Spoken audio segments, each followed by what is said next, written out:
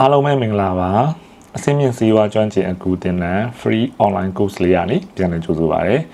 ဆိုတော့သင်ခန်းစာကနောက်ဆုံးသင်ခန်းစာပြီးသွားတဲ့နောက်ပိုင်းပါပေါ့နော် revision လေးလုပ်ပြီးမယ်ဆိုပြီးတော့မှ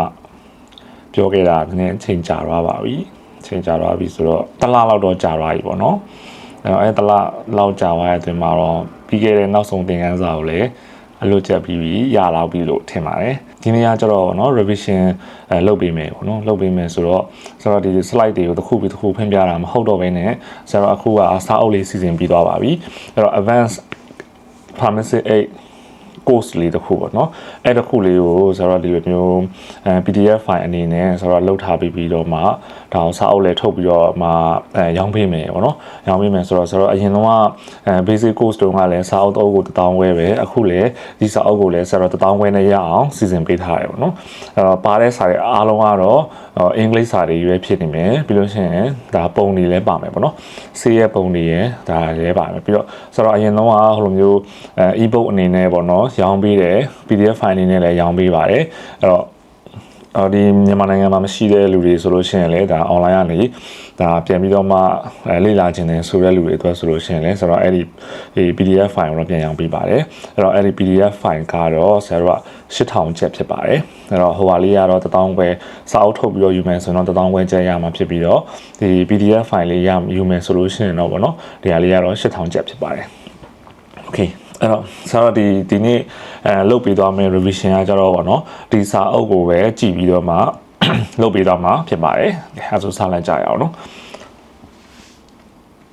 ဆိုတော့ဒီစာအုပ်လေးကကြတော့ဗောနော်ဒီမှာ content တွေကို table of content ပေါ့နော်ဒါမာတိကာတွေပေါ့မာတိကာတွေကိုအရင်ရေးပြတော့တာဖြစ်ပါတယ်အဲ့တော့ဆိုတော့ဒီမှာ section ကကြတော့ဗောနော် unit က73ခုထိပါတယ်နော်တကယ်သင်ခန်းစာကြတော့ဟို YouTube မှာဆိုလို့ရှိရင်တော့16ခုထိပါမယ်ပေါ့နော် YouTube မှာဆိုရင်တော့ဆိုတော့16ခုထိပါနိုင်တယ်ပေါ့နော်သင်ခန်းစာ lesson 16ခုထိပါတယ်ဒါမှ73ခုပဲပါဆိုတော့ဘာလို့လဲဆိုတော့တချို့နေရာလေးတွေကပေါင်းစည်းလိုက်တယ်ပေါ့နော်တချို့အခန်းလေးတွေကကျတော့ lesson လေးတွေကအတူတူပဲဖြစ်တဲ့အတွက်ကြောင့်ပေါင်းစည်းလိုက်တာဖြစ်တယ်ဒါကြောင့်မို့73ခုပဲပါပေါ့နော်အဲ့တော့ unit 1 foundation ဆိုလို့ရှိရင်တော့ဒီဟာလေးတွေတော့တော်တော်တည်ထားရမယ်ပေါ့နော် pharmacy A တယောက်အနေနဲ့တော်တော်များများကျတော့ pharmacy A လို့ပြောလိုက်ပြီးဆိုလို့ရှိရင်စီးအကြောင်းတွေကိုစပြီးတော့မှတင်ကြတယ်ပေါ့နော်ဆရာတို့လည်းအရင်က basic course ဆိုလို့ရှိရင်စီးအကြောင်းတွေစပြီးတင်ခဲ့ပေါ့အခုဒီ foundation ဆိုတဲ့နံပါတ်1မှာဆိုလို့ရှိရင်တော့ဒါကစီးအကြောင်းတွေမပါတော့ဘဲနေပေါ့နော်pharmacy A တယောက်ကဘာလုပ်ပေးရတယ်ဘယ်လိုလုပ်ပေးရတယ်ဆိုတဲ့ဟာလေးတွေပါတယ်ပေါ့နော်အဲ့မှာဆိုရင်ဆိုတော့ဒီ what is pharmacy A ဆိုတာဘာလဲဆိုတဲ့ဟာကိုတီးအောင်လို့เนาะဒါအချက်လေးတွေရေးပေးထားတယ်၄ချက်ရှိရယ်ပြီးရင်နောက်တဲ့ pharmacy A တယောက်ရဲ့ main duties တွေကိုလည်းရေးပေးထားတယ်၅ခုရှိရယ်ပေါ့เนาะဒါတွေတော့ရပြီးပြီထင်တယ်เนาะ dispensing ဆိုတာကတော့ဘာလဲဆိုလို့ရှိရင်ဆေးတွေကိုယူတယ်လို့ဘာလို့ပေါ့เนาะပြီးလို့ရှိရင်ဆေးတွေရဲ့အဓိကဘာတွေယူရမှာလဲဆိုတဲ့ဟာတွေကိုယူရယ်ယူပြီးလို့ရှိရင်ပြီးနောက်တစ်ခုကကျတော့ stock management ဆိုတော့ဒါ pharmacy တယောက်အနေနဲ့ဘယ်ဆေးတွေကတော့ expire ဖြစ်တော့မယ်เนาะဘယ်ဆေးတွေကတော့ကုန်နေပြီဆိုတဲ့ဟာမျိုးတွေကိုလည်းသိရမယ် customer နဲ့လည်းထိတွေ့ဆက်ဆံရမယ်ပြီးရင်တရားတွေကိုကြားလို့ရှိရင်လည်း label တွေကိုရေးပေးရမယ်ပေါ့နော်ပြီးရင် cleanliness ဆိုတာကျတော့တန်ရှင်းထားမယ်ဆိုတဲ့ဟာမျိုးလေးဆိုတော့ဒီဟာတွေကပုံလေးနဲ့အဆင့်တစ်ဆင့်ချင်းစီဒီဟာတွေရဲ့5ခုရဲ့တစ်ဆင့်ချင်းစီကိုဆိုတော့ပုံလေးနဲ့ရှင်းပြတော့ဖြစ်တယ်နော်အဲ့တော့ဒါ revision ဆိုတော့တင်ကြောင်းဆရာဒါလေးအားလုံးကိုပြန်ပြီးတော့အသေးစိတ်ပြန်ရှင်းပြတော့ဗောနော်ရှင်းပြအရင်ကြာတော့မှာမို့လို့နော်ဒါကကျတော့နောက်ထပ် page တစ်ခုမှာဆိုရင်customer service နဲ့ပတ်သက်ပြီးတော့လုပ်ရမယ့်ဟာလေးတွေအဲ့တော့ documentation နဲ့ပတ်သက်ပြီးလုပ်ရမယ့်ဟာလေးတွေ cleanliness နဲ့ဆိုတော့ပတ်သက်တဲ့ဟိုပါဗောနော်ဘယ်လိုတန့်ရှင်းအောင်လုပ်ရမလဲဆိုတဲ့ဟာလေးတွေဗောနော်အဲ့တော့ pharmacy တယောက်ဆိုတာတော့ helper ဆိုတာအကူတယောက်မဟုတ်ပါဘူးဗောနော်အကူတယောက်ထပ်ပို့တယ်ဗောနော်အခုတယောက်တည်းပို့တယ်အဲ့ဒါဘာလဲဆိုတော့ဒီဆေးတွေဘာတွေပြင်ဆင်ပေးတဲ့နေရာမှာမှားယွင်းမှုမရှိအောင်လို့တခြား queue site ပြီးလုပ်ပေးရပါတော့ပုံမှန်အခုတယောက်ဆိုလို့ရှိရင်ဆေးအကြောင်းပင်နားလိမ့်မယ်နော်အခုတယောက်ဆိုတာကျွန်တော်ဆိုတော့ helper လို့ပဲခေါ်ဆိုပါဆိုတော့ helper တယောက်အနေနဲ့ဆိုလို့ရှိရင်တန့်ရှင်းလုပ်ပေးမယ်ဆေးတွေကိုနေရာတကျအဖြစ်အောင်စီစဉ်ပေးမယ်ဆိုပေမဲ့ဆေးတွေကိုဘယ်ဆေးတွေကတော့ဘယ်လိုမျိုးရှိရဆိုတဲ့ဟာတွေအခြေခံနားမလည်ဘူးဆိုလို့ရှိရင်တော့ ဒီ pharmacy တယောက်လိုမျိုးလုံနိုင်မှာမဟုတ်ဘူးပေါ့နော်အဲ့လိုတော့ပြောချင်တာပါunit 2မှာဆိုလို့ရှိရင်ဒါနောက်တစ်ခါရောက်သွားပြီနော် unit 2မှာဆိုရင်ဒီ GBB ဆိုတဲ့ဟာလေးอ่ะပေါ့နော်အမြဲတမ်းသူများနိုင်ငံတွေမှာလည်းဒီ GBB ဆိုတဲ့ Good Pharmacy Practice ဆိုတဲ့ဟာလေးတွေအမြဲတမ်းကျင့်ဆောင်ကြရတယ်အဲ့တော့what is GBB ဆိုတာဘာလဲဆိုတဲ့ဟာကို definition ဒီမှာရေးပေးထားတယ်ပြီးရင် four main rule ရှိမယ်ဆိုတော့ one ကကျတော့ဒါ prepare obtain store secure distribute ပြီးရင် administer ပြီးရင် dispense and dispose of medical product ပေါ့အဲ့တော့ဒါတွေအများကြီးပဲလို့ကြက်ရမယ်ပေါ့နော်ဒီ four main rules of GBB လည်းကြက်ထားရမှာဖြစ်ပါတယ်ဟိုမှာ၄ခုပြောထားတယ်ဆိုတော့ဒီ key function လေးနဲ့အဲ့တော့ဒီဟာလေးတွေကိုမမှတ်မိတော့ဘူးဆိုလို့ရှိရင်ဆိုတော့ဒီသင်ခန်းစာ lesson 2ပေါ့နော် lesson 2ကိုတွက်ကြည့်လိုက်လို့ရှိရင်เนาะGBB ရဲ့အကြောင်းကိုသိချာရှင်းပြပေးထားဖြစ်တယ်เนาะGBB ရဲ့ဟိုဟာကိုအတူကောက်ပြောမယ်ဆိုတော့ CAI ကဲအနေနဲ့ပြောပြီးတော့ပါဆရာတို့ကဒီ row ကC ဆိုလို့ရှိရင်တော့ row 2ကိုဆိုလိုချင်တာဖြစ်တယ် A ဆိုရင်တော့ row 1ရဲ့အဓိပ္ပာယ်ကိုဆိုလိုချင်တာဖြစ်တယ် R ဆိုရင်4 E ဆိုလို့ရှိရင် row 3ရဲ့ဟာကိုဆိုလိုချင်တာဖြစ်တယ်ဒီ row တွေကဘယ်က row လဲဆိုတော့အရင်စာမျက်နှာအရင်เนาะအရင်ဒီစာမျက်နှာ row တွေကိုပြောတာเนาะအရင်စာမျက်နှာ row 1 2 3 4အဲ့လိုမျိုးပြောတာเนาะဒါတွေအားလုံးပြီးပြီဆိုရင် work active ပေါ့နော်ဒါကတော့အလုပ်လုပ်တဲ့ချိန်ကျရင်ကျင့်ဝတ်တစ်ခုအနေနဲ့အဆောင်ထင်ရမယ့်ဟာလေးတွေကိုရေးပြတော့တာဖြစ်တယ်ဒါတွေမရှင်းပြတော့ဘူးเนาะနောက်ထပ် unit 3မှာဆိုရင်เนาะဆိုတော့နောက်ထပ်သင်ခန်းစာတစ်ခုမှာဆိုရင် dispensing and labeling skill ဒီဟာတွေအားလုံးကဒီ foundation ကနေလာတာဖြစ်တယ်เนาะဒီ foundation ကနေလာတာဖြစ်တဲ့အတွက်ကြောင့်မလို့ဒါတွေအကုန်လုံးပါတယ်เนาะဒီမှာဆိုလို့ရှိရင်ဒါ labeling လုပ်တဲ့ချိန်ကျရင်ဒါကတော့တကယ်အဆင့်မြင့်တဲ့ pharmacy မှာဆိုလို့ရှိရင်ဒီလိုမျိုး label လေးထုတ်ပြီးကပ်ပြီးရပေါ့เนาะမြန်မာနိုင်ငံမှာတော့တော်တော်များများ pharmacy ရတယ်မျိုးမထုတ်ပြီးကြဘူးဒါမျိုးတွေမထုတ်ပေးပဲနဲ့ဆိုတော့ဒီလိုမျိုးပဲဘယ်ဆေးဆိုတာလည်းမပေးတယ်ပေါ့နော်တော်တော်များများတော့ဒီလိုဘူးတွေဒီလိုအိတ်တွေနဲ့ရောင်းတာသိမရှိဘူးဒါတွေကကျတော့ဆေးရုံမှာရှိတဲ့ pharmacy တွေကပဲဒါမျိုးလုပ်ပေးရပေါ့နော်အပြင်ဆေးဆိုင်တွေကတော့မလုပ်ပေးဘူးနော်ဆေးရုံမှာရှိတဲ့ pharmacy တွေကတော့ဆိုတော့ဒီလိုမျိုး label တွေ patient name တွေနဲ့တခါတည်းထည့်ကပ်ပြီးတော့မှဆေးရုံမှာရှိတဲ့အခန်းတွေထဲထိကိုရောက်အောင်ပို့ပေးတယ်တချို့ဆေးရုံတွေဆိုလို့ရှိရင်အဲ့လိုမျိုးထိကိုကောင်းကောင်းစနစ်တကျလုပ်ပေးတဲ့ဟာတွေရှိရပေါ့နော်ဒါကြောင့်မို့ဆေးရုံတွေမှာဆိုရင်တော့ဒါမျိုးတွေရနိုင်တယ်အပြင်ဆေးဆိုင်မှာဆိုရင်တော့ဒါမျိုးတွေထုတ်ပေးရသိမရှိပါဘူးဒါတွေကတော့ level တွေတတ်ထားရပါတော့လုပ်ပြီးတောင်းမှာမျိုးလားဒါတောက်ပြီး H နာလားဆိုတဲ့ဟာလေးတွေဒါကျတော့ဟွာပါတော့level လေးတွေကတ်တာပါတော့ဒါလေးတွေကလည်းဒီဆေးရဲ့ခွက်လေးတွေမှာကတ်ပေးထားတယ်အဲ့တော့ဒါတွေက packaging rule တွေဖြစ်တယ်ဒါတွေပြီးပြီဆိုလို့ရှိရင်ဆရာတို့ကဒီ OTC အကြောင်းနဲ့ဆရာတို့ prescription drug တွေနဲ့ဟိုပြောပြသွားမှာဖြစ်တယ်ပေါ့နော်အဲ့တော့ဒီ OTC နဲ့ prescription drug တွေပြောပြီးပြီဆိုလို့ရှိရင်တော့ဒီ advance ရဲ့ course တွေကဆရာတို့အဆုံးသတ်သွားရပါတော့အဆုံးသတ်သွားရဆိုတော့ဒါအားလုံးပြည့်စုံတဲ့အရာတစ်ခုတော့မဟုတ်ပါဘူး course ကနော်ဒီဟာလေးကိုထပ်ပြီးတော့မှအမြဲတမ်းဆေးဆေးဆိုင်တွေမှာရှိတဲ့ဆေးတွေဆိုတာအများနဲ့အစ်တွေအများနဲ့လာနေရတယ်နော်ဒီဆေးတွေကိုလည်းဆက်ပြီးတော့ကိုယ်ဟာတည်သွားရမယ်လေ့လာသွားရမယ်ဆိုတော့ခရီးရှည်တစ်ခုဆိုတာရှိတယ်နော်အဲ့တော့အဲအကြောင်းမလို့ဒီဟာလေးပြီးသွားရင်တော့ကိုကအားလုံးတက်မြောက်သွားရလို့တော့မဆိုးလို့ဘူးเนาะအဲ့တော့ OTC နဲ့ prescription drug ဆိုတဲ့ဟာလေးတွေကိုသိအောင်ပြောသွားမယ်ပေါ့နော် OTC ဆိုတာကျတော့over the counter ဆိုတာဆိုတော့ဒီ counter ဆေး counter တစ်ခုပါပေါ့နော်ဒီဆရာဝန်တွေရဲ့ညွှန်ကြားချက်မပါဘဲနဲ့ pharmacy အိတ်လေpharmacy မရှိတဲ့ချိန်မှာလည်းဒီဟာတွေကိုကျတော့ဒါတွေတော့ရောင်းခွင့်ရှိရပေါ့နော်ဆရာဝန်ရဲ့လက်မှတ်မပါဘဲနဲ့လည်းရောင်းခွင့်ရှိတဲ့ဟာတွေပေါ့အဲ့ဟာတွေဆိုလို့ရှိရင်တော့ OTC လို့ခေါ်ရပါတော့ဆရာဝန်လက်မှတ်ပါမှရောင်းလို့ရတဲ့ဟာဆိုလို့ရှိရင်တော့prescription only drug ပေါ့နော် prescription only drug လို့ခေါ်တယ် prescription drug လို့လည်းခေါ်ရပါတော့အဲ့တော့ OTC အကြောင်းစပြီးတော့ပြောမယ်ဆိုရင်ဆိုတော့ဒီ pain and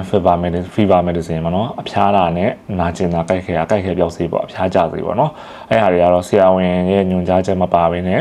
ရောင်းလို့ရတယ်ချောင်းစိုးပြောက်ဆေးတွေပြီးအိမ်မိရင်တောက်တဲ့ဆေးတွေရောင်းလို့ရတယ်ပြီးလို့ရှိရင်နောက်တစ်ခုကကြတော့အစာအိမ်ဆေးတွေရောင်းလို့ရမယ်အစာအိမ်ဆေးမှာဆိုတော့ခွဲခြားထားရတဲ့အစာအိမ်ဆေးမှာဆိုလဲတချို့ကကြတော့အစာအိမ်နာတက်တာတဲ့ဆေးထက်ကိုမှာပေါ့နော် H pylori လို့ခေါ်တဲ့ပိုးတွေကိုတက်တဲ့ဒီ antibiotic တွေပါတဲ့ဟာတွေဆိုတော့မရဘူးမရဘဲနဲ့ဒါပေမဲ့ antacid တို့ဒါ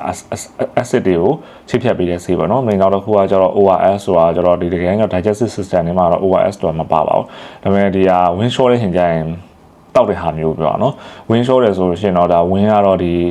ီအစာအိမ်နဲ့ဥလန်ချောင်းထဲမှာပါတာဖြစ်တဲ့အတွက်ဆောက်တော့ဒီ ORS ကိုထည့်ထားတယ်။တကယ်တမ်းချွေးအရင်ပြန်လို့ရှိရင်လည်း ORS တွေတောက်လို့ရတယ်။နောက်တစ်ခုကကျတော့သွေးပေါင်ချိန်အရင်ကျတယ်ဆိုရင်လည်း ORS ကိုတောက်လို့ရတယ်ပေါ့နော်။အဲ့ဟာလေးကတော့ဒီမှာပါနေရပါတော့ဒီနောက်တစ်ခုကကျတော့ anti diarrhea ဆိုတာ wind short တက်တာတဲ့ဆေးတွေပေါ့နော်ဒါတွေက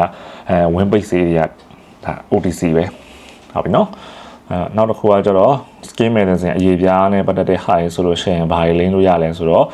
calamine လို့ခေါ်တဲ့ဒီလိုမျိုးအရေးလေးတွေတို့ပြီးတော့ hydrocortisone တို့ပြီးလို့ရှိရင် anti fungal cream တို့ပေါ့နော်အဲ့ဟာလေးတွေကတော့လုံးဝပေးလို့ရတယ်ပေါ့နော် hydrocortisone ဆိုတာလဲဆိုတော့ဒါအပြင်ကလင်းဆေးကိုပဲပြောတာနော်တစ်ခါကျရင်ထိုးဆေးတွေတောက်ဆေးအဲ့တော့ထိုးဆေးတွေရှိရဲထိုးဆေးတွေဆိုလို့ရှိရင်တော့ OTC လုံးဝမဟုတ်ပါဘူး prescription only drug တွေဖြစ်ပါတယ်ပြီးနောက်တစ်ခုကကျတော့ hydrocortisone ဆိုတဲ့ဟာလဲ short term ပဲပေးလို့ရမယ်ကိုယ်တော်နဲ့ကို long term ပေးရဆိုရင်တော့စိုးကျိုးတွေအများကြီးရှိတယ်ဒါကြောင့်မလို့ဒီ short term ကိုပဲဦးစားပေးရမယ်နော် okay အဲ့တော့နောက်တစ်ခုကကျတော့ allergy medicine ပေါ့နော် allergy ဖြစ်တဲ့ချိန်ကျရင်တောက်တဲ့ဟာတွေနာစီးတဲ့ချိန်ကျရင်လည်းတောက်လို့ရတယ်ဒါတွေကတော့ citrine တို့ loratadine တို့ပေါ့နော်ဒါအခုပြောနေတဲ့ဟာလေးတွေကဒါက OTC ကိုအပေါ်ရန်လေးပြောရအောင်နော်အဲ့တော့ဒီဟာတွေအားလုံးကပြီးပြီဆိုလို့ရှိရင်ဆိုတော့ဒီ prescription only medicine ဆိုတဲ့ PUM ဆိုတဲ့ဟာလေးပြောမယ်နော်အဲ့တော့ဒီဟာလေးတွေကဘာလို့အဲ့လိုမျိုးပေးရလဲဆိုတော့ရေရှည်တောက်လို့ရှိရင်သူကအကျိုးအာနိသင်ကတော်တော်ဆိုးဝါးဖြစ်တတ်တယ်တစ်ခါလေကြာလို့ရှိရင်ပေါ့နော်ဆေးနဲ့အနာနဲ့မတည့်ဘူးဆိုလို့ရှိရင်ဆိုးဝါးဖြစ်တတ်တယ်ဒါကြောင့်မို့လို့ဆရာဝန်တွေကဒါဒီဟာတွေဆေးဒီ diagnosis ကိုတခြားသိပြီးတော့မှာပေါ့နော်သိပြီးတော့မှဒီဆေးတွေကိုဘယ်လိုပေးရမယ်ဘယ်လိုပေးမယ်ဆိုတဲ့ဟာလေးတွေကိုသူကစဉ်းစားပြီးတော့မှလောက်ရမှာဖြစ်တဲ့အတွက်ကြောင့်မလို့ဒါလေးတွေက prescription only drug ထဲကိုဝင်သွားတယ်ပေါ့နော်အဲ့ဒါတွေကဘာတွေလဲဆိုလို့ရှိရင်ဆိုတော့ antibiotic တွေဖြစ်နိုင်တယ်နောက်တစ်ခုကကျတော့ control medicine ဆိုတာထိန်းချုပ်ထားတဲ့ဆေးဝါးတွေဥပမာဘိန်းကနေလုပ်တဲ့ဆေးတွေပေါ့နော် morphine တို့ပြီးတော့နောက်တစ်ခုကကျတော့ AC တွေ diazepam တို့ပြီးရင်စိတ်ငြိမ်ဆေးတွေဖြစ်တဲ့ဟိုဟာဆေးတွေအများကြီးရှိရပေါ့နော်အဲ့လိုမျိုးဆေးတွေဆိုလို့ရှိရင်တော့ဆရာဝန်ရဲ့ညွှန်ကြားချက်တွေပဲရမယ်ပြီးရင်ထိုးဆေးဆိုတာလုံးဝသေးကြတယ်အပြင်မှာဒီတိုင်းပဲဝယ်လို့မရအောင်ပေါ့နော်အပြင်မှာဝယ်လို့ရတဲ့ထိုးဆေးကြတော့ဆရာတို့က insulin တို့ဘာလို့ဒါ insulin ဆိုတာလည်း OTC တော့မဟုတ်ဘူးเนาะတကယ်တမ်းကျတော့ဆရာဝန်ကညွှန်ကြားချက်နဲ့ရောင်းပေးရတာမဲ့အဲ့ဒီ insulin ရတော့ဆရာဝန်တွေကအိမ်မှာထိုးပေးရတော့မဟုတ်ဘူးပေါ့เนาะလူနာတွေကိုယ်တိုင်ကထိုးကြတာအဲဒါကြောင့်မလို့ပြန်ပြီးတော့ဝယ်လို့ရတယ်ပေါ့เนาะ and drug label with prescription only ဆိုတာဆေးပူးမှာဆိုရင် prescription only လို့ရေးထားတယ်ဆိုလို့ရှိရင်ဒါတေးကြတယ်ဆရာဝန်ညွှန်ကြားမှရောင်းလို့ရတယ်ပေါ့เนาะအခဏဝါဟာကိုဆရာတော်ကတစ်ခုချင်းစီ group like ကိ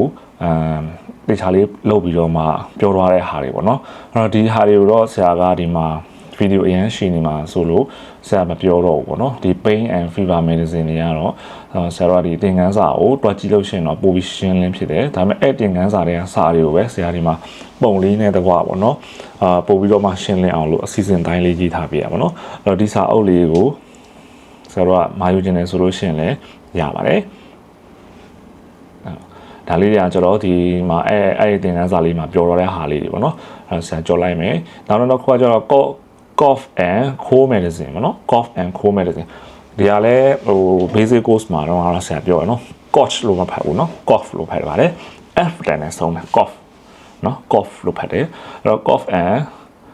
cold medicine cough and cold medicine ဆိုရင်တော့ဒါချောင်းဆိုးရရင်နာစီရပါတော့အေးမိတုပ်ကွေးဆိုအခုဆိုလို့ရှိရင်လည်းဒါတုပ်ကွေးလာတော့မယ်ပေါ့နော်အဲ့တော့ဒီလိုမျိုးကိုတုပ်ကွေးဒီအတွက်ကိုဒီလိုမျိုးတောက်ရမယ့်စီလေးတွေပြောပြတော့ရပါတော့ဆရာကြော်လိုက်ပြီဒါလည်းကြော်လိုက်ပြီနောက်ထပ်တစ်ခုကကျတော့ဆရာတို့ဒီ gastrointestinal agent ပေါ့နော်အဲ့တော့ဆရာတို့ဒီ GI agent မှာဆိုလို့ရှိရင်သင်ခန်းစာက73ခုလာမသိဘူးเนาะအပြင်မှာတကယ် lesson မှာပြောထားတဲ့ဟာတွေအဲ့ဒီအားလုံးကိုဆရာဒီမှာပေါင်းလိုက်တာပေါ့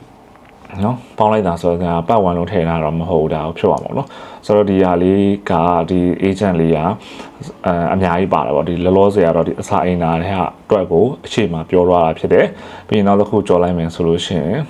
ဆိုတော့ဘာဖြစ်မလဲဆိုတော့ဒီအစာအိမ်သာအတွက်ကိုပဲထပ်ပြီးပြောထားတယ်ပြီးရင်နောက်တစ်ခုရောက်မှာကျတော့ constipation ပေါ့နော်ဝင်ပိတ်တဲ့ချိန်ကျရင်ဘာတွေတောင်းရမလဲဝင်ပိတ်တာဆိုတာဘယ်လိုမျိုးလဲနော် reflex sign တွေကဘယ်လိုမျိုးလဲနော် reflex sign ဆိုတဲ့ဟာကျတော့တတိထားရမယ့်အချက်လက်တွေကိုပြောတာပါတတိထားမယ့်အချက်လက်တွေပေါ့နော်အဲ့တော့ဒီဟာလေးတွေရှိနေပြီဆိုလို့ရှိရင်ဒီလူနာအတွက်ကတတိထားရမယ်ပေါ့နော်အဲ့ထက်ကိုပို့ပြီးတော့ဆိုးလာဆိုတော့ဆရာဝန်သားမလို့ရှိရင်လည်း pharmacist နဲ့တိုင်ပင်ပြီးတော့မှပေးရမယ့်ဟာလေးတွေဖြစ်တယ်နော်အဲ့တော့ဒီဟာလေးတွေရပြီးလို့ရှိရင်တော့တစ်ခါကျတော့ win short တဲ့ချိန်ကျရင်ထောက်လို့ရ diarrhea okay ပြီးပြီဆိုရင်ဒါ unit 8ရောက်သွားပြီပေါ့နော် unit 8ကကျတော့ antihistamine ပေါ့ antihistamine ဆိုတာကျတော့ဒီတန်ကောင်တန်ချဆေးတွေပါဖြစ်တယ်တန်ချဆေးတွေကိုဆိုတော့ဆရာတို့ကတော့ဒီ digestive ထဲမှာမထည့်လိုက်ဘူးပေါ့နော်မထည့်လိုက်ဘဲနဲ့တက် unit တစ်ခုထပ်လုပ်လိုက်တယ်အဲ့တော့ဒီဟာလေးတွေဒါမျိုးလေးတွေရှိတယ်ပြီးပြီဆိုလို့ရှိရင်ဆိုတော့ဒါကို medicine က skin medicine ရောက်သွားပြီပေါ့နော်အရေးပြားနဲ့ပတ်သက်တဲ့ဆေးတွေဆိုရင်လည်း OTC ရတဲ့ဟာလေးတွေကိုပြောပြတော့မယ်အရေးပြားနဲ့ပတ်သက်တဲ့ဆေးတွေအားလုံးက OTC ရတာမဟုတ်ဘူးနော်အဲ့ဒီထဲမှာရှိတဲ့ဆေးတွေတော်တော်များများကိုကြတော့ဆိုတော့ OTC ရတဲ့ဟာကိုပဲဆိုတော့ဒီမှာဖော်ပြတော့တာဖြစ်တယ်ပေါ့နော်ဒီထဲမှာမပါတဲ့ OTC တချို့ဟာလည်းရှိကောင်းရှိနိုင်တယ်နော်ဒါမဲ့လည်း antibiotic နဲ့ပတ်သက်တဲ့ဆေးတွေပါလေဆိုလို့ရှိရင်တော့ OTC မရအောင်ပေါ့နော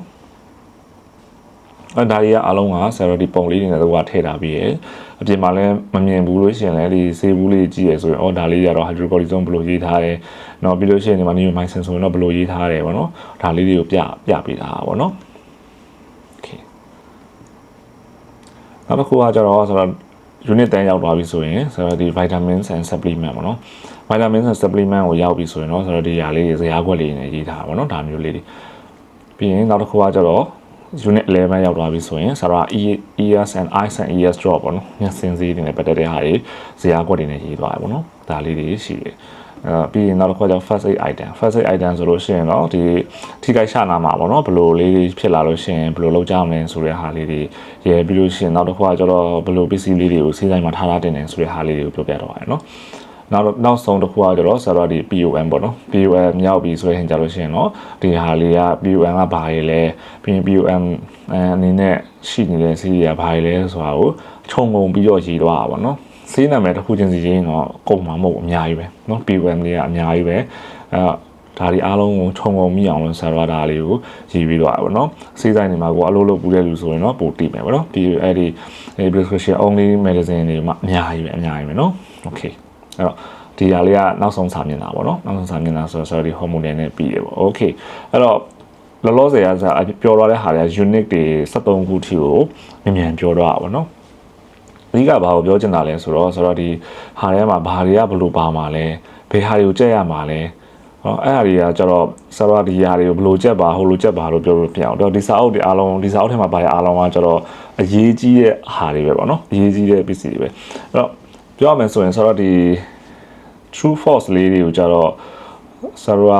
တို့ဘေးကုန်းလေးမှာပါလေနော်အမားနဲ့အမှန်နဲ့ရွေးတဲ့ဟာတွေဆိုလို့ရှိရင်တော့တော်တော်များများကိုဆရာတို့လိုမျိုး true false တွေရွေးခိုင်းမှာမဟုတ်ဥမာပါလဲဆိုလို့ရှိရင်ဆရာတို့ဒီမှာရှိတဲ့ဟိုပါပေါ့နော်milligram တွေပေါ့နော်ကယ်လ်ဆီယမ်ဆိုရင်တော့ဘယ်လောက်ပါမှန်လားမာလားလို့အဲ့လိုမျိုးတွေရောဆရာတို့ကထည့်ပြီးမေးမှာမဟုတ်တော့ဘူးပေါ့နော်အဲ့တော့ actin နဲ့ပတ်သက်ပြီးမေးမှာလို့ပေါ့နော် what actin နဲ့ပတ်သက်ပြီးမေးမယ်ပြီးနောက်တော့ဟိုကကျတော့ GPP နဲ့go pharmacy practice တွေမှာပါတဲ့ဟာလေးတွေကိုတော့ဆရာတို့ကဒီလိုမျိုး true false တွေမေးနိုင်နေเนาะပြီးလို့ရှိရင်POM ပေါ့เนาะ prescription only medicine ထဲမှာပါတဲ့ဟာတော့ဆရာတို့ကဒီ OTC လားဆိုပြီးတော့မှเนาะမာလားမှန်လားဆိုတဲ့ဟာတွေကိုမေးနိုင်တယ်ပေါ့နော်အဲ့တော့ဆေးရဲ့တကယ်ဆေးနာမည်မဟုတ်ဘဲねပေါ့နော်ဆေးရဲ့တကယ်အုပ်စုတွေကပါတဲ့ဟာတွေကိုပဲဆရာကတရား OTC ဟုတ်လား POM ဟုတ်လားဆိုတဲ့ဟာလေးတွေကိုမေးတာပေါ့နော်အဲ့လိုမျိုးလေးတွေအမားမှန်ရွေးခိုင်းမှာဖြစ်တယ်ဆိုတော့ဒီလိုမျိုးကယ်လ်ဆီယမ်ဆိုလို့ရှိရင်တော့ဒီမှာပြထားတဲ့ဟာဆိုကယ်လ်ဆီယမ်ဆိုလို့ရှိရင်တော့ဒီမီလီဂရမ်လောက်တောက်အောင်မှာဟုတ်လားမဟုတ်လားတော့မမေးဘူးเนาะအဲ့တော့ကယ်လ်ဆီယမ်ဆိုရင်တော့ဗာလဲဒီ bone density နဲ့ muscle အတွက်ကိုလုပ်ပေးရလားဒါမှမဟုတ်လို့ရှိရင်လည်းအနီမီယာနဲ့အောက်ဆီဂျင်ဟိုဟာကိုပေးရလားဆိုတဲ့ဟာလေးကိုအဲ့လိုမျိုး crossing အနေနဲ့အမေးရတော့ဖြစ်နိုင်တယ်ပေါ့နော်ဒီမှာ vitamin B6 ဆိုလည်းအဲ့လိုပဲဒီ milligram တွေကိုဆိုတော့အရင်ကြီးအလို့ချက်ပြီးတော့မှလည်းဆိုင်ဝတ်ဖြစ်ဖို့တော့မဖြစ်နိုင်ဘူးပေါ့နော်ဘာလို့လဲဆိုတော့ဒီဟာတွေကတကယ်တမ်းဆေးကတ်တွေဆေးလုံးတွေမှာတော့အတူအမြဲတမ်းပါပြီးသားဖြစ်တယ်ဥမာဒီကယ်လ်ဆီယမ်ဆိုလို့ရှိရင်1 gram ပါပဲဟုတ်တယ်ဆေးတစ်လုံးမှာ1 gram ပါတယ်တချို့လည်း2 gram ပါရင်ပါမယ်ပေါ့နော်အဲ့တော့1 gram ပါဆိုတော့တစ်လုံးနဲ့တောက်လိုက်တာနဲ့အဆင်ပြေသွားပြီဒါဆိုရင်ကယ်လ်ဆီယမ်ကဘာအတွက်လဲဆိုတာကိုကသိရမှာပေါ့နော်အဲ့လိုမျိုးပါပဲတခြားဆေးတွေဆိုတာလည်းအဲ့လိုမျိုးပဲနော်ဒီမှာဆိုရင် artificial တီးယားဆိုလို့ရှိရင်ဘာအတွက်လဲနော်ဘာအတွက်သုံးတာလဲနော်ဒါမျိုးသိရမယ်နောက်တစ်ခါကျတော့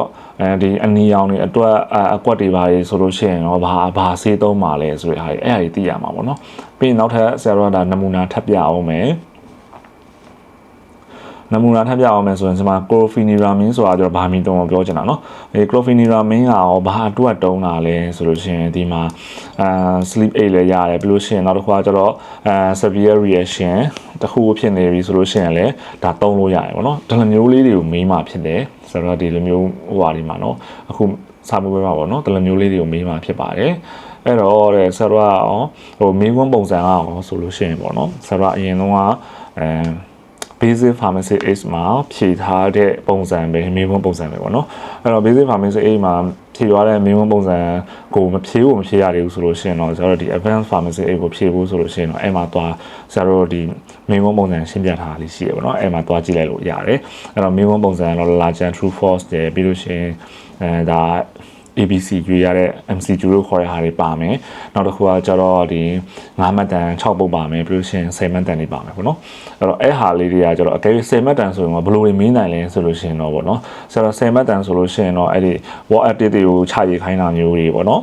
ပြီးလို့ရှိရင်နောက်တစ်ခုကကျတော့ dispensing process တွေဆိုတာဘယ်လိုမျိုးလဲနော်ဘာတွေကဘယ်လိုမျိုးလုပ်ရတာလဲဆိုတော့အဲ့ဒီ process လေးတွေကိုပို့ပြီးတော့မေးမှာပေါ့နော်ဆရာတို့ဒီလိုမျိုးဒီမှာဆိုရင်တော့ဒါ causes of diarrhea ဆိုဝင်လျှော့တာပါအကြောင်းအရာလေးဒါမျိုးတွေကတော့သိရမယ်ပေါ့နော်ဒါမျိုးတွေကတော့လုံးဝသိရမယ့်ဟာလေးတွေဘာလို့ဆိုတော့အရင်လည်းမခက်ခဲဘူးလीနော်ဒါတွေကိုကြက်ရတာအရင်မခက်ခဲဘူးယောဂတစ်ခုခုဖြစ်လာတယ် symptom တစ်ခုခုလက္ခဏာတွေပြလာတယ်ဆိုရင်ဘာတွေလဲဆိုတဲ့ဟာတွေပေါ့နော်ပြီးနောက်တစ်ခုကကျတော့ဒီဆေးကိုပေးတော့မယ်ဆိုရင် reflex တွေရှိတယ်ဆိုတော့ဒီတချို့တင်ရစားရဆိုလို့ရှိရင် reflex တွေထည့်ခဲ့ပြီးရပေါ့နော်အဲ reflex တွေလည်းမေးမှာဖြစ်ပါတယ်ခြုံငုံပြီးပြောရမယ်ဆိုရင်အသေးစိတ်ပေါ့နော်အသေးစိတ်မီလီဂရမ်လေးရာအဲ့လောက်ထိအရေးမကြီးဘူးအရေးကြီးတာကြတော့ဗာလဲဆိုလို့ရှိရင်ဒီဆေးကဘယ်လိုတုံးရမှာလဲဟုတ်ပြီနော်ပြီးလို့ရှိရင်ဒီဆေးတောက်လို့ရှိရင်ဘာတွေဖြစ်လာမှာလဲပြီးရင်ဒီဆေးတောက်ရင် side effect တွေကဘာတွေဖြစ်နိုင်လဲနောက်တစ်ခုကကြတော့ဒီလိုမျိုးလက္ခဏာနဲ့လာပြီးအမှဝင်းရှော့ရဲ့လက္ခဏာနဲ့လာပြီးဆိုရင် reflex ကဘယ်လိုမျိုးတွေလဲဟုတ်ပြီနော်ပြီးနောက်တစ်ခုကကျတော့ဖျားရနဲ့လာပြီးဆိုလို့ရှိရင်လည်းဖျားရဲ့ reflex ကဘယ်လိုမျိုးတွေလဲဆိုတဲ့ဟာကိုသိရမယ်နော်ချောင်းဆိုးရဲဆိုရင်လည်း reflex ကဘယ်လိုမျိုးတွေလဲသိရမယ်နော်အဲ့လိုမျိုးလေးတွေတိဖို့အတွက်ကိုမှဒီစာအုပ်ထဲမှာရေးပေးထားဖြစ်တယ်ဆိုတော့ဒီစာအုပ်ကိုကြည့်လိုက်တယ်ဆိုလို့ရှိရင်ဒါဆိုတော့ဒီပုံမှန် basic ထက်တစ်ဆင့်မြင့်ပြီးတော့မှနားလည်သွားပြီပေါ့နော်အဲ့တော့ရည်ရွယ်ချက်ကတော့ဒါပါပဲဆိုတော့ဒီစာအုပ်ကိုလည်းစီစဉ်ပေးတယ်ဒီ course ကိုလည်း free ရအောင်ဆိုတော့ YouTube မှာလေ့လာခွင့်ရအောင်သင်ပေးထားတာဖြစ်တယ်အဲ့တော့ဆောင်းမွေးကြီးရတော့ဆိုတော့ဒီ3000ပေါ့နော်3000ပဲကြာမှာဖြစ်တယ်ဆိုတော့အရင်တော့အတိုင်းပဲအားလုံးပေါ့နော်ဒါပေမဲ့အဲ့ဒီ ebook file လေးပဲပေါ့နော်ဒီစာအုပ်ကို ebook နဲ့ဝယ်မယ်ဆိုရင်เนาะဆိုတော့အရင်တော့ basic course တော့9000ပဲကြာတယ်အခုကတော့ဒါ8000နေနဲ့ဆိုတော့